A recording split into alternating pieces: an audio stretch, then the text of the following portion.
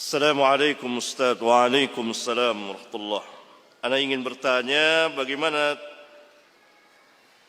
cara untuk mengetahui seorang ustaz yang kokoh manhaj dan akidahnya terkadang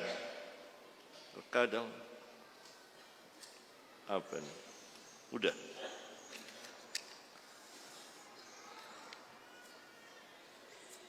Sekarang ini di pengajian-pengajian seperti ini agak sulit, kalau tidak mau dikatakan sangat sulit. Beda dengan pengajian di tahun 80-an. Beda. Bisa tahu. Kenapa? Karena yang menjadi asas dakwah saat itu manhaj dan akidah. Itu makanan keseharian setiap hari.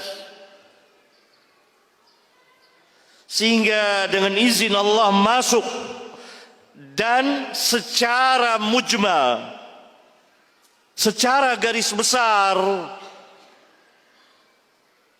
para penuntut ilmu biasa, apalagi yang pelajar ilmiah, tahu kalau ada yang mengajar sesuatu berbeda, kontan otomatis, wah nggak beres. Tapi dia tidak bisa menyatakan dengan bahasa di hati, tahu. Karena ini menyinggung pelajaran yang dia terima ketika itu.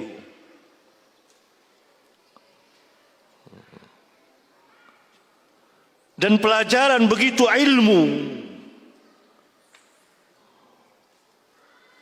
Dan yang bikin pengajian itu ustadznya langsung, bukan panitia-panitia pengajian yang orang-orang awam.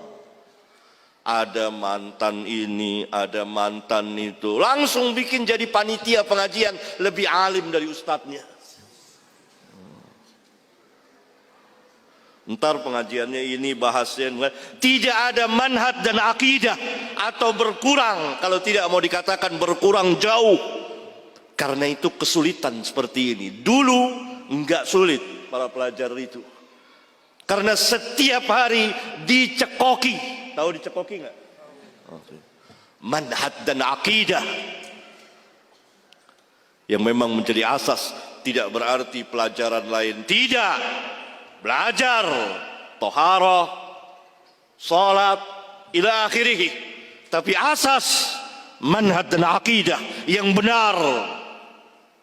Dan yang ngurus pengajian ustadznya itu, yang nentukan ustadznya itu, atau pelajar ilmiah yang dia perintahkan, yang betul-betul anak pelajar. Antum lihat sekarang entah berapa banyak panitia-panitia pengajian di Bandung ini saja. Dulu Bandung nggak ada yang tengok, kurang. Sekarang 2017 saya baru dengar banyak betul panitia pengajian. Ada panitia pengajian ini namanya, ada pengajian namanya ini. Ini orang-orang mana? Nggak jelas manhajnya, ilmunya.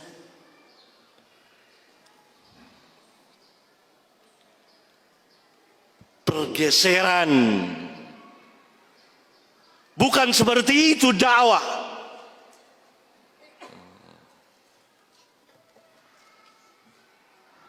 Harus orang-orang yang kuat, yang berilmu.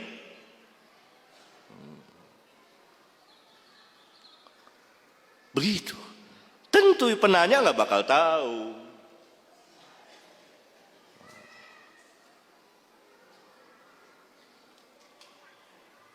Harus manhaj dan akidah itu. Itu asas diajarkan kaum muslimin. Orang-orang awam pelajar dulu yang ngaji tahun 80, tahun 90, duduk dia di majelis. Dia secara ungkapan bahasa nggak ngerti, tapi kalau ada menyimpang ini, tahu dia. Nggak beres, nggak beres nih. Wah, ini ngajak-ngajak demo nih, nggak beres nih ngomongnya. Wah, ini udah ngelantur nih. Tapi secara ini dia ada kontak otomatis karena manhaj membentuk dirinya itu. Bagaimana tidak setiap hari diajarkan manhaj dan akidah. Tahu firqah-firqah sesat, tahu. Itu yang awamnya. Bagaimana dengan yang pelajar ilmiahnya? Tahu, bisa membantah.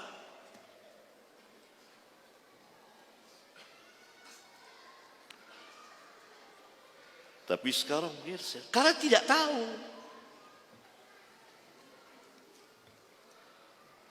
Ya pantas tidak tahu, tanya kepada ahli ilmu.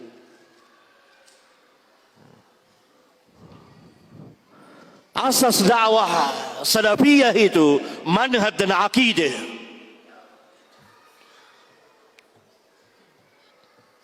Jangan ada orang mengatakan, wah kalau manhaj tauhid nggak belajaran yang lain. Ini orang baper. Belajar mas. Belajar, belajar semua belajar, ada pelajar ilmiah. Tapi ini asas nggak boleh ditinggalkan.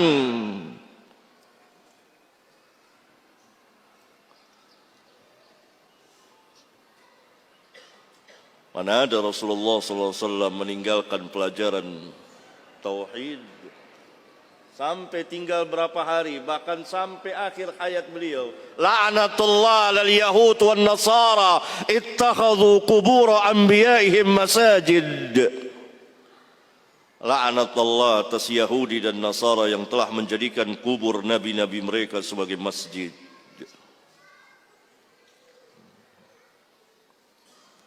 Panitia-panitia pengajian ngaji. Wah, ini banyak ini. Ya, antum tahu kan? Ini orang-orang awam nggak ngerti apa-apa, tidak ngerti manhaj, tidak ngerti akidah, harus belajar dulu. Ada mantan, macam-macam lah. Antum mungkin lebih tahu dari saya. Bikin jadi panitia pengajian. Padahal dia sendiri nggak tahu din, nggak tahu agama. Hanya modal semangat. Dulu tidak seperti itu, harus belajar. Harus yang ngerti, berilmu.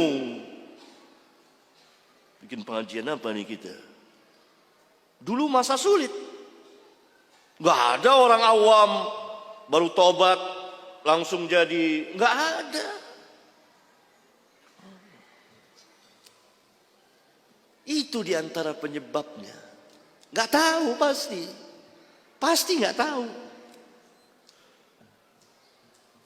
Karena manhaj dan akidah belum tertanam.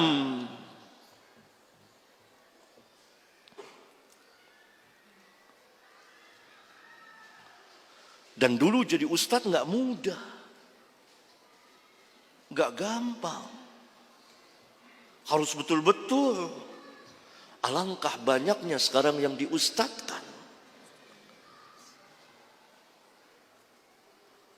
Baru ngaji sebentar, tahu-tahu di kejauhan sudah dipanggil ustaz. Nah, karena panitianya juga orang awam, ya dipanggil juga. Bertemulah kejahilan dengan kejahilan. Dan ini tidak benar.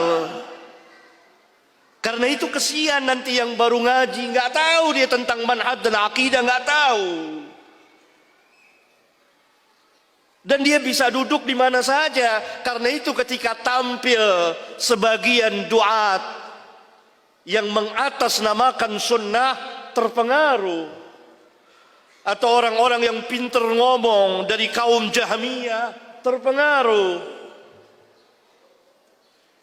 Atau nanti masuk manhaj, madhab, boleh-boleh saja.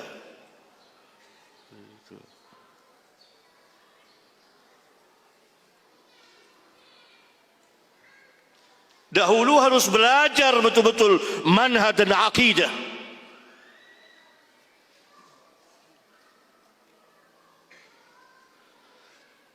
Syekhul Islam Ibn Taimiyah rahimahullah taala, jam berapa? 3 menit lagi.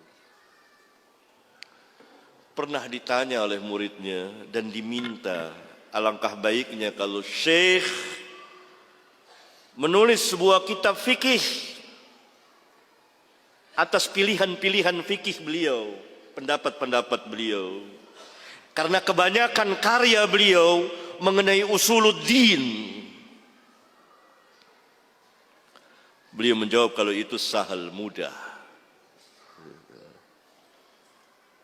Tapi ini usuluddin, manhaj dan akidah. Kemudian beliau meluaskannya, tampilnya ahli bid'ah dan lain sebagainya. Membawa saya untuk membahas ini, menulis ini. Itu. Mengertilah ketika itu kaum muslimin, talamid murid-murid beliau, manhaj dan akidah salaf.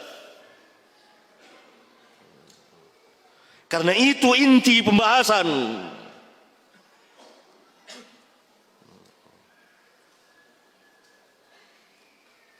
Begitulah.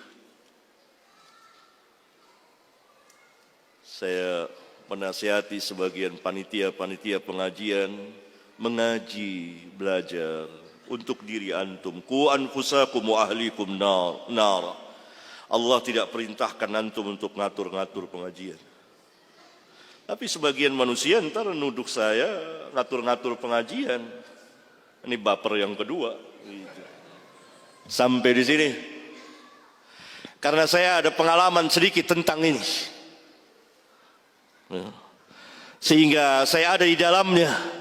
Dan saya tahu persis perkembangan dakwah itu, insyaallah taala. Sampai di sini, mudah-mudahan ada manfaatnya bagi kita sekalian. Subhanakallahumma wa bihamdika, asyhadu an la ilaha illa anta, astaghfiruka wa atubu ilaik. Wassalamu alaikum warahmatullahi wabarakatuh.